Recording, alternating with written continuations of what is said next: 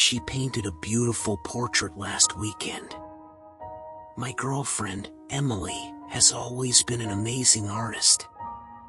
Her latest piece was a serene winter landscape, inspired by our visit to the Christmas market in Nuremberg, Germany.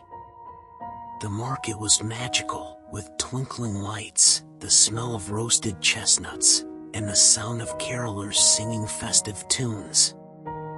We had no idea that the world was about to change forever. The first signs of trouble started appearing on the news.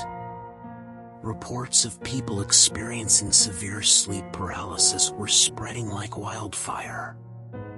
At first, it seemed like an isolated issue, but soon it became clear that this was no ordinary outbreak. People all over Europe were waking up paralyzed, unable to move, while nightmarish hallucinations tormented them. The Christmas markets, usually so full of joy and laughter, became eerie as fear settled in. Emily was the first person I knew who was affected. One night, she woke up screaming, unable to move. She described seeing shadowy figures standing over her, whispering her darkest fears.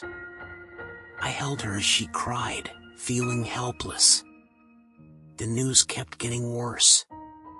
The sleep paralysis pandemic was spreading, and doctors had no idea how to stop it. More and more people were afraid to go to sleep, fearing the horrors that awaited them. I began to notice the changes in people around me. Friends and neighbors were becoming sleep-deprived and paranoid. Some started sleepwalking, acting out their nightmares. One night, I saw a man wandering the streets, mumbling incoherently about being chased by monsters. The once festive atmosphere of the Christmas markets was now tainted with a sense of dread. Vendors started closing early, and the crowds thinned as people stayed home, too afraid to face their fears. One night, Emily's sleep paralysis episodes became more frequent and severe. She started seeing the same terrifying figures night after night. I stayed awake, watching over her, but I felt powerless. Then, something strange happened. I realized that I was immune to the sleep paralysis epidemic.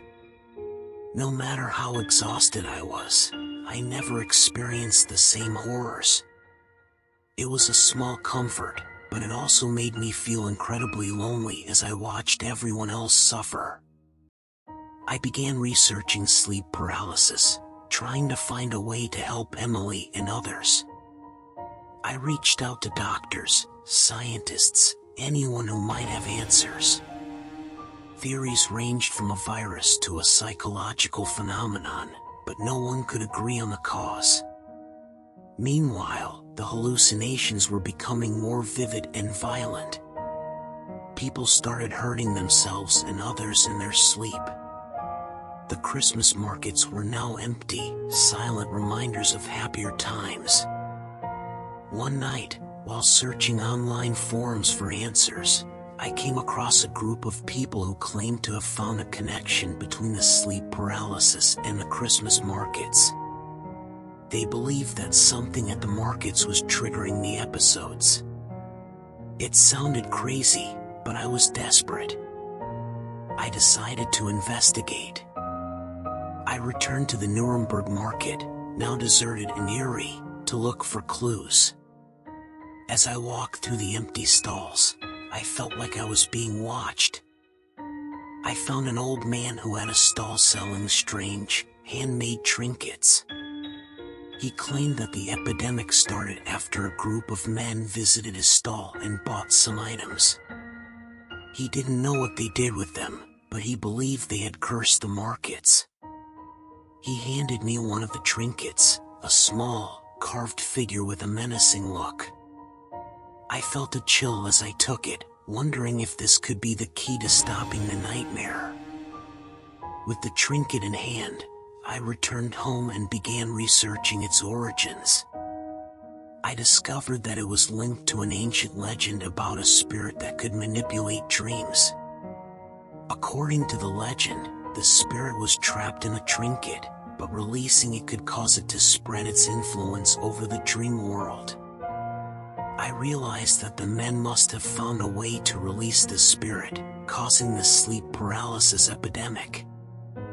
I contacted the group from the forum, and we devised a plan to trap the spirit again. We needed to gather all the cursed trinkets and perform a ritual to contain the spirit. It was risky, but we had no other choice. We traveled to the different Christmas markets, collecting the trinkets. Each market was more deserted and eerie than the last, but we finally had them all. The final step was to perform the ritual in the heart of the Nuremberg market. The ritual was intense. As we chanted the ancient words, the air grew colder, and I felt an oppressive presence around us. The trinkets began to glow, and I saw shadowy figures emerging from the darkness. For a moment, I feared we had made a terrible mistake. But then, a blinding light erupted from the trinkets, and the shadowy figures vanished. The air felt lighter, and I knew we had succeeded.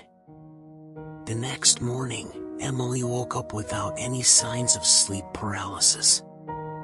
The news reported that the epidemic was over, and people were slowly returning to their normal lives. The Christmas markets started to reopen, and the festive spirit gradually returned. Emily and I visited the Nuremberg market again, this time without fear. We enjoyed the sights, sounds, and smells, grateful for the normalcy that had returned. The tourists excitedly snapped photos in front of the iconic landmark.